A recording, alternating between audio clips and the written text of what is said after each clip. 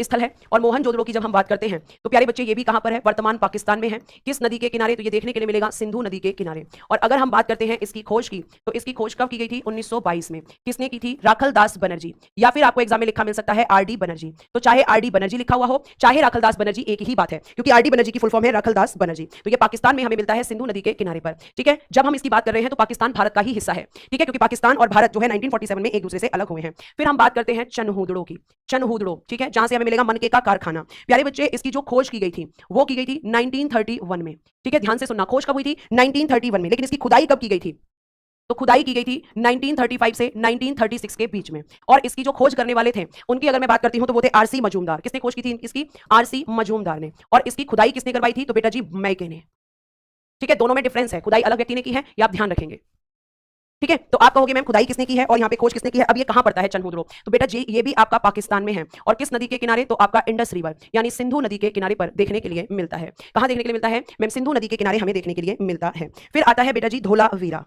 धोलावीरा के बारे में आपने मेरे मुंह से सुना कि ये 3 टीलों में विभाजित है और ये कहां पड़ता है, गुजरात में। ठीक है, यानी हम कह सकते हैं कि हमारा भारत में ये हमें देखने के लिए मिलता है। और इसकी अगर हम बात करते हैं तो किस नदी के किनारे है, तो मैम लूनी नदी के किनारे देखने के लिए मिलता है। अगर मैं बात करती हूं धोलावीरा की खोज कब हुई है, तो इसकी खोज हुई थी बेटा जी 1967 से 68 के बीच में। ठीक है, किसने की थी, आर एस बिस्ट और जेपी जोशी जी का नाम दिखाई देता है। आर एस बिस्ट और प्यारे बच्चे जेपी जोशी जी यानी जगपति जोशी जी, तो इन दोनों ने मिलकर इसकी खोज की थी, इसलिए हम दोनों का नाम यहां पर लिखेंगे। ठीक है, फिर लोथल, फिर आप लिखेंगे यहां पर एक जगह मैं आपको बताने जा रही हूं जिसका नाम है लोथल। क्या लिखेंगे आप, लोथल। ये भी कहां पर पड़ता है, गुजरात में। ठीक है, किस नदी के किनारे है बच्चा, तो आप कहेंगे मैम भोगवा नदी के किनारे पर है। भोगवा नदी के किनारे पर हमें एक स्थल देखने के लिए मिलता है लोथल, गुजरात के ही अंदर। और ये आपका जो खोज हुई थी वो हुई थी 1954 में। किसने की थी, तो मैम एस आर राव ने। किसने की थी बच्चे, तो मैम एस आर राव ने लोथल की खोज की थी। ये आपका सिंधु घाटी सभ्यता का सबसे बड़ा स्थल है। ठीक है, ये आप ध्यान रखेंगे। उसके बाद प्यारे बच्चे आगे अगर हम बात करते हैं तो नेक्स्ट स्थल आता है आपका, ये जो बच्चे हैं यहाँ पर जो बहुत ओवर स्मार्ट बनते हैं उनको मैं ये बता दूं कि ये फैक्ट्स हैं। ठीक है, अगर आप इतना भी नहीं पढ़ेंगे तो फिर आप क्या चाह रहे हैं कि आपको सिर्फ एक पेज का पेपर दे दिया जाए और कह दिया जाए कि इससे इतिहास हो जाएगा आपका होमगार्ड में। तो इतना भी हल्के में मत लो पेपर को, एटलीस्ट आपका कांस्टेबल लेवल को टच करेगा ही करेगा वो बेटा। और एक बार जाकर कांस्टेबल के प्रीवियस ईयर क्वेश्चंस जाकर देखिए। ठीक है, प्रीवियस ईयर क्वेश्चंस जाकर देखिए। तो आप इतना मतलब कुछ भी कमेंट्स करने होते हैं उससे पहले एटलीस्ट जाकर प्रीवियस ईयर कांस्टेबल का, क्योंकि होमगार्ड का तो है नहीं, लेकिन लेवल तो पता कर सकते हो ना, या वो भी तुमसे नहीं होता है। अब खुद तो डिमोटिवेट होते ही हो, दूसरे बच्चों को भी यहाँ पे आके कर देते हो कि पता नहीं क्या चल रहा है। आगे देखिए, अब अगर मैं लोथल की बात करती हूँ बेटा तो आपका आता है नेक्स्ट बनावली। बनावली, बनावली बेटा एक जगह है जो आपकी पड़ती है हरियाणा में। ठीक है, और ये आपका सरस्वती नदी के किनारे है। ये नदी आज के समय पे विलुप्त हो चुकी है। ये नदी वर्तमान में इसका अस्तित्व जो है एक विलुप्ति में मतलब खत्म है एक तरीके से। ठीक है, बनावली, तो बनावली की अगर हम बात करेंगे खोज 1973। ठीक है, किसने की है, R S Bisht. R S Bisht बेटा पहले क्वेश्चन देख लिया करो फिर जज किया करो टीचर को। ठीक है, ये आप ध्यान रखेंगे, लिखिए यहां तक, लिखिएगा यहां पर अगला स्थान कालीबंगन। कालीबंगा, ठीक है, ये आपका कहां पड़ता है, राजस्थान में हनुमानगढ़ जिले के पास में। राजस्थान के हनुमानगढ़ जिले में ये देखने के लिए मिलता है। ठीक है, और अगर हम बात करते हैं तो ये किस नदी के किनारे है, सॉरी घग्गर नदी, घग्गर नदी के किनारे पर देखने के लिए मिलता है। कौन सा स्थल, कालीबंगा। अगर हम बात करते हैं तो बेटा जी इसकी खोज 1951। और बच्चों ये भी ध्यान रखना किस किसने की थी, तो अमलानंद घोष जी और वी के थापर जी। अमलानंद घोष जी और मैम वी के थापर जी, इन दोनों ने मिलकर किसकी खोज की है, दोनों ने मिलकर कालीबंगा की खोज की है। ठीक है, उसके बाद में बेटा जी रोपड़। रोपड़ एक जगह पड़ती है और ये आपकी कहां पर है, पंजाब में। किस नदी के किनारे है, सतलज नदी। सतलज नदी के किनारे पर है। इसकी खोज कब की गई है, तो खोज की गई है मैम 1953 में। किसने की है, यज्ञदत्त शर्मा या वाई डी शर्मा। यज्ञदत्त शर्मा या वाई डी शर्मा, इन्होंने की थी इस स्थल की खोज रोपड़। ये क्वेश्चन पूछा गया है कि रोपड़ आपका कहां पड़ता है, पंजाब में। किस नदी के किनारे, सतलज नदी के किनारे। फिर एक मैंने आपको बताया था सुरकोतदा, बताया था ना, सुरकोतदा। सुरकोतदा ये जगह बताई थी, कहां बताई थी, गुजरात में बताई थी। ठीक है, गुजरात में है बेटा। और किस नदी के किनारे है, शादीकौर नदी। शादीकौर नदी। और जब हम इसकी बात करते हैं तो ये भी एक पोर्ट है। इसकी खोज हुई थी 1964 में। 1964 जगपति जोशी जी कह लीजिए या जेपी जोशी जी कह लीजिए, इन्होंने की थी। ठीक है, ये इंपॉर्टेंट है। अब मैं नोट डाल के एक चीज लिखने जा रही हूं जो आपको ध्यान रखनी है। नोट, स्वतंत्रता के पश्चात, आफ्टर इंडिपेंडेंसी, स्वतंत्रता के पश्चात सिंधु घाटी सभ्यता के, सिंधु घाटी सभ्यता के सर्वाधिक स्थल यानी maximum site of Indus valley civilisation. Sindhu घाटी सभ्यता के सर्वाधिक स्थल यानी maximum site of Indus valley civilisation, maximum site of Indus valley civilisation Gujarat में मिले हैं। गुजरात में मिले हैं, लेकिन कब, after independence of India, Bharat की स्वतंत्रता के पश्चात। मैम हमें मैक्सिमम जो साइट्स मिली हैं वो कहां पर मिली हैं, गुजरात में। ठीक है। मैक्सिमम साइट हमें कहाँ मिलती हैं? गुजरात में। ये बात आप बहुत अच्छे से ध्यान में रखेंगे। प्यारे बच्चे, एक बच्चे का यहाँ पर आपका क्वेश्चन आ रहा है कि मैम आपने पीछे हमें बताया है कि यहाँ पर जो मकान या आपकी नालियां थी वो पक्की ईंटों से बनी होती थी। तो बच्चा पूछ रहा है कि यहाँ पर जो ईंटों का अनुपात था, ठीक है, ईंटों का अनुपात यानी रेशो ऑफ ब्रिक, इनका रेशो क्या हुआ करता था, किस रेशो में बनती थी ये? तो बेटा इनका जो रेशो था वो था 4:2:1। कितना हुआ करता था? 4:2:1। बच्चा पूछ रहा है कि नालियां ढकी होती थी। जी हाँ बेटा, यहां पर जो नालियां होती थी वो आपकी ढकी हुई होती थी, ढकी हुई होती थी। बिल्कुल सही आप कमेंट कर रहे हो। और यहाँ पे जो ईंट होती थी उनका रेशो होता था 4:2:1। ठीक है, 4:2:1। ये बच्चे का क्वेश्चन था। अब आपने देखा कि सिंधु घाटी सभ्यता के जो स्थल थे उनकी खोज कब की गई थी और उनकी किस नदी के किनारे वो हैं और खोज करने वाले कौन है। और मैं आपको एक चीज और बता दूं कि इसमें कुछ डेट आपको अलग किताबों में अलग भी मिल सकती है। कारण ये है कि कहीं कहीं पर खोज की डेट रखी है और कहीं पे खुदाई की डेट रखी है, तो एक बार क्रॉस वेरीफाई जरूर कर लेना। ठीक है, अब हम यहाँ पे पढ़ेंगे कि भाई जैसे यहाँ पर एक स्थल हमें देखने के लिए मिलता है हड़प्पा, तो हड़प्पा की क्या खासियत थी? हड़प्पा से पहले तो आप लिखना 5 किलोमीटर की परिधि में फैला हुआ था ये, यानी इसका रेडियस कितना था? 5 किलोमीटर की परिधि में फैला हुआ एक स्थल हुआ करता था आपका हड़प्पा।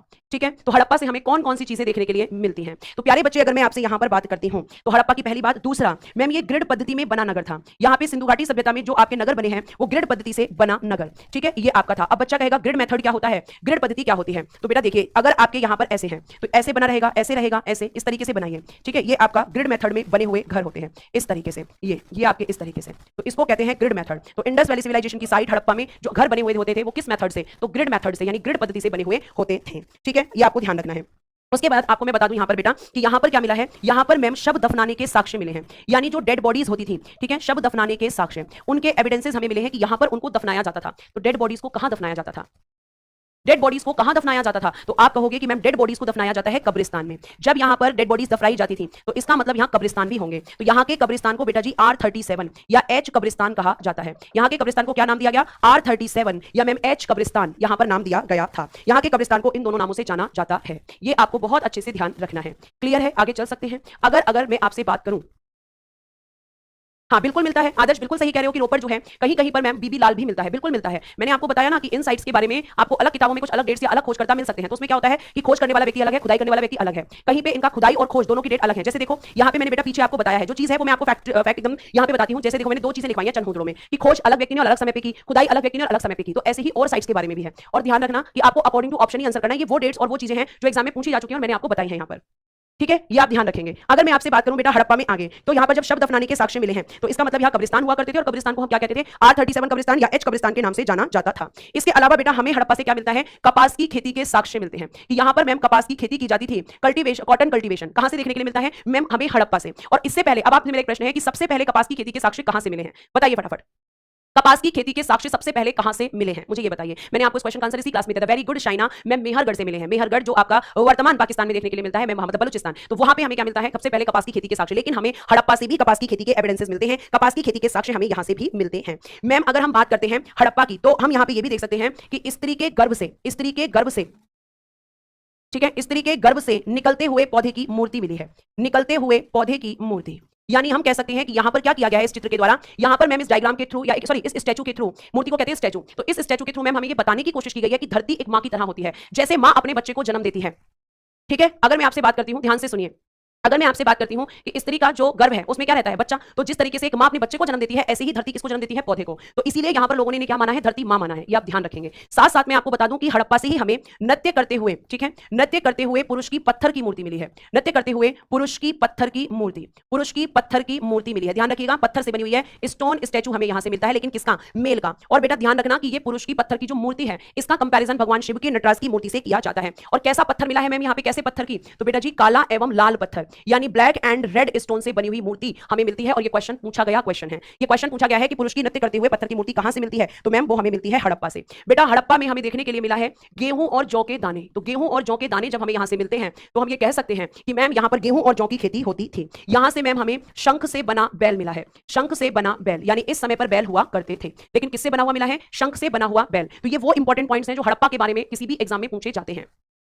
ठीक है, ये आपको ध्यान रखना है।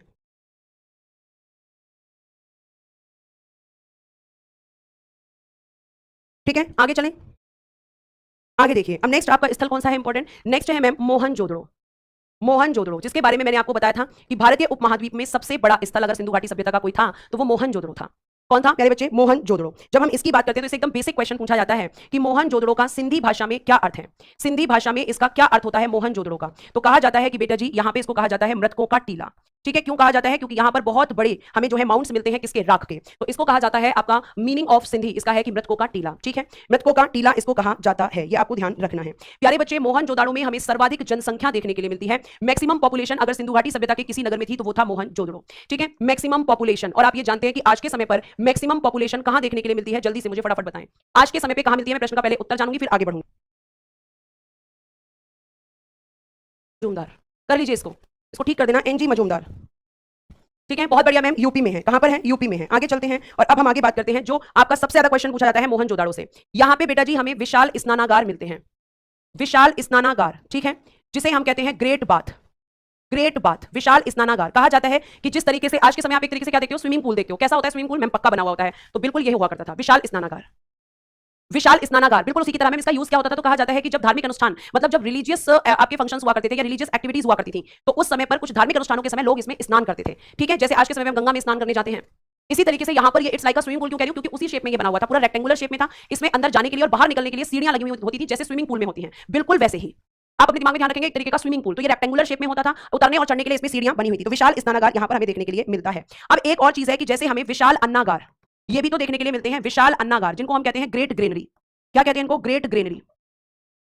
तो ये जो ग्रेट ग्रेनरी है ये हमें मोहनजोदड़ो से मिलती है। इसके अलावा हड़प्पा में भी हमें विशाल अन्नागार देखने के लिए मिलते हैं। हड़प्पा में भी हमें विशाल अन्नागार देखने के लिए मिलते हैं। इसके अलावा मैम लोथल में भी हमें देखने के लिए मिलते हैं। इसके अलावा कालीबंगा में भी हमें देखने के लिए मिलते हैं। और ध्यान रखना कि ये जो विशाल अन्नागार है ये क्या हुआ करते थे? सिंधु घाटी सभ्यता की सबसे बड़ी इमारत अगर कोई थी तो वो यही थी। सबसे बड़ी इमारत कौन सी थी? मैम विशाल अन्नागार। बच्चा कंफ्यूज होता है कि ये तो हमने हड़प्पा से देखा है, ये तो हमने हड़प्पा में सुना है। तो बेटा ये हड़प्पा में भी मिले हैं, मोहनजोदड़ो में भी मिले हैं, लोथल में भी मिले हैं और कालीबंगा में भी मिले हैं। मोहनजोदड़ो से बेटा इसके अलावा हमें क्या मिली है? तांबे की नर्तकी की मूर्ति। तांबे की नर्तकी की मूर्ति, ध्यान से सुनना, नर्तकी की यानी फीमेल की स्टैचू मिली है। किस चीज की बनी है? कॉपर की, ये आपको ध्यान रखना है। और हड़प्पा से पुरुष की। किस? ठीक है, इतनी बात समझ में आ रही है? उसके बाद प्यारे बच्चे आगे हम बात करते हैं तो यहां से हमें और क्या मिलता है? यहां से मैम हमें और मिलती है, जैसे यहां से ही हमें मिली है पशुपति जी की मूर्ति। पशुपति की मूर्ति हमें यहीं से मिलती है। यहीं से मैम हमें चांदी के बर्तन में, चांदी के बर्तन में लिपटा हुआ सूती कपड़ा मिला है। सूती कपड़ा मतलब कॉटन क्लॉथ्स। सूती कपड़ा मतलब कॉटन क्लॉथ, यानी हम कह सकते हैं कि यहाँ के लोग जो हैं वो क्या यूज करते थे? कॉटन क्लॉथ का यूज करते थे। चांदी के बर्तन में लिपटा हुआ सूती कपड़ा मिला है। ये कहां से मिला है? मोहनजोदड़ो से। डांसिंग गर्ल कहां से मिली है? कॉपर की, मोहनजोदड़ो से। पशुपति जी की मूर्ति कहां से मिली है? मोहनजोदड़ो से। ये आप ध्यान रखेंगे, ठीक है। इसके अलावा यहां से हमें एक दाढ़ी वाला पुरुष भी मिलता है। दाढ़ी वाले पुरुष की मूर्ति भी हमें देखने के लिए मिलती है। दाढ़ी वाले पुरुष की मूर्ति, और बेटा उसकी जो दाढ़ी है ना वो इतनी अच्छी शेप में बनी हुई है कि इससे अंदाजा लगाया जाता है कि इस समय नाई यानी कि बार्बर भी हुआ करते थे, ठीक है। अगर मैं आगे बात करूं बेटा तो एक चीज और लिखना नोट डालकर, ठीक है। नोट डालकर आप लिखेंगे, और नोट डालकर क्या लिखेंगे? लिखेंगे हड़प्पा एवं मोहनजोदड़ो। हड़प्पा एवं मोहनजोदड़ो, इन दोनों को क्या कहा जाता है? इन दोनों को कहते हैं मैम जुड़वा राजधानी। क्या कहते हैं इनको? जुड़वा राजधानी यानी ट्विंस कैपिटल। किसने कहा है? पिग्गट ने कहा। पिग्गट ने कहा। पिग्गट